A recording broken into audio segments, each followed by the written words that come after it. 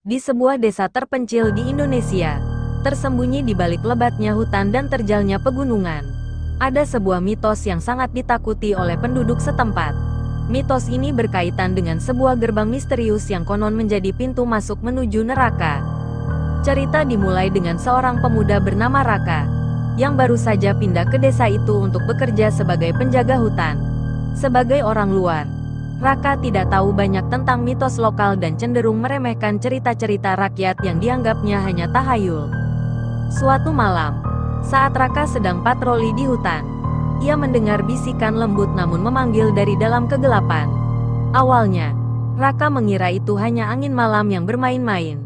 Tetapi semakin ia mendengarkan, semakin jelas bisikan itu.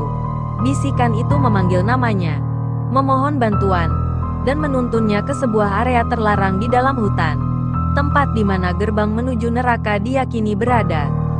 Raka, dengan rasa penasaran yang membuncah, mengikuti suara itu hingga tiba di sebuah lokasi yang aneh dan menakutkan.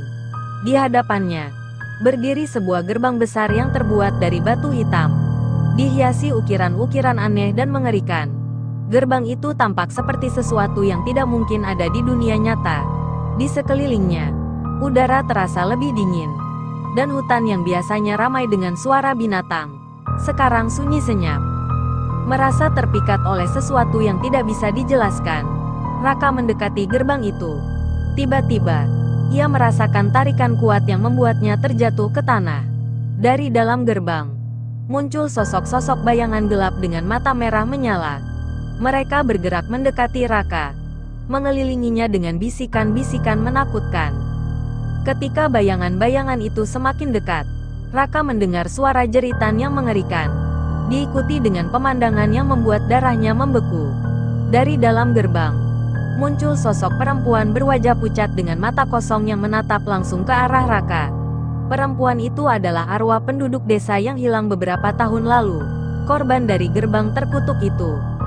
Arwah perempuan itu berbicara dengan suara parau, mengungkapkan bahwa gerbang itu adalah pintu masuk menuju neraka, yang terbuka setiap beberapa tahun untuk mengambil jiwa-jiwa yang tersesat. Ia memperingatkan Raka untuk segera pergi sebelum terlambat. Tetapi sebelum Raka bisa bergerak, bayangan-bayangan itu mulai menariknya ke dalam kegelapan gerbang. Dengan sekuat tenaga, Raka mencoba melawan, namun tarikan dari dalam gerbang terlalu kuat. Dalam keputusasaan, ia mengingat doa-doa yang diajarkan oleh neneknya semasa kecil. Ia mulai mengucapkan doa itu dengan lantang, berharap itu bisa menyelamatkannya. Ajaibnya, bayangan-bayangan itu mulai melemah dan menghilang satu persatu. Akhirnya, dengan sisa tenaga yang ada, Raka berhasil menjauh dari gerbang tersebut. Ketika ia berbalik, gerbang itu mulai tertutup perlahan, meninggalkan kesunyian yang mencekam. Raka berlari kembali ke desa, berjanji tidak akan pernah mengabaikan peringatan dan mitos lokal lagi. Setelah malam yang mengerikan itu, Raka memperingatkan penduduk desa tentang bahaya gerbang tersebut, memastikan tidak ada yang mendekatinya lagi. Gerbang menuju neraka itu tetap menjadi rahasia yang disembunyikan di dalam hutan, menunggu korban berikutnya yang cukup berani atau cukup bodoh untuk mendekatinya. Beberapa bulan setelah peristiwa mengerikan itu, desa kembali tenang. Namun, Raka tidak pernah melupakan pengalaman malam itu. Mimpi buruk sering menghantui tidurnya, dan dia merasa ada sesuatu yang terus mengawasinya dari dalam kegelapan hutan. Penduduk desa, meskipun berterima kasih atas peringatannya, mulai merasa ada aura gelap yang menyelimuti desa mereka. Suatu malam, seorang gadis muda bernama Sari tiba-tiba hilang. Penduduk desa panik, dan Raka merasa ada hubungan antara hilangnya Sari dan gerbang terkutuk itu. Meski takut, ia merasa bertanggung jawab untuk menyelamatkan gadis itu dan menutup gerbang neraka untuk selamanya. Bersama beberapa penduduk desa yang berani, Raka memutuskan untuk kembali ke hutan. Mereka membawa perlengkapan dan berdoa bersama sebelum berangkat. Saat mereka semakin dekat dengan lokasi gerbang, suasana di sekitarnya kembali mencekam, angin dingin berhembus, dan suara bisikan mulai terdengar lagi. Ketika mereka tiba di tempat yang Raka kenali, gerbang itu tampak lebih menyeramkan daripada sebelumnya. Batu hitamnya berkilau dengan cahaya aneh, dan dari dalamnya terdengar suara tangisan dan jeritan.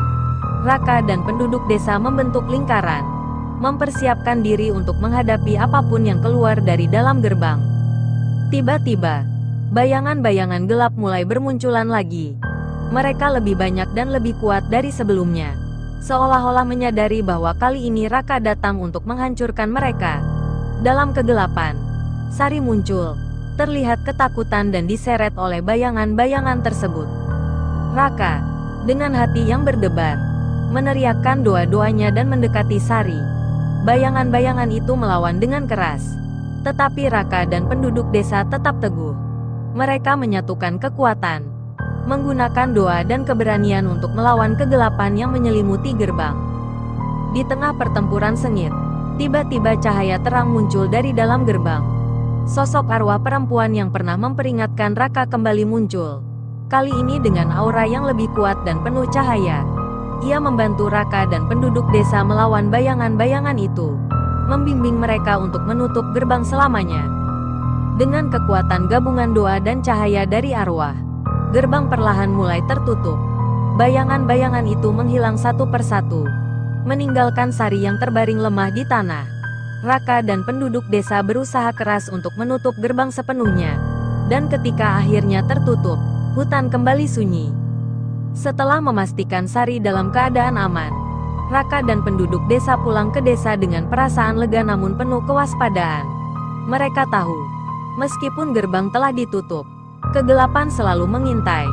Desa itu pun semakin rajin menjaga tradisi dan doa-doa, memastikan tidak ada lagi yang bermain-main dengan kekuatan gelap. Raka, meskipun telah melewati dua pengalaman mengerikan, merasa semakin terhubung dengan desa dan penduduknya. Ia bertekad untuk melindungi mereka dari ancaman apapun, dan memastikan bahwa gerbang menuju neraka tidak akan pernah terbuka lagi. Namun, jauh di dalam hutan, di balik pepohonan yang gelap dan lebat, batu hitam gerbang itu berdiri diam, menunggu waktu yang tepat untuk kembali memanggil jiwa-jiwa yang tersesat.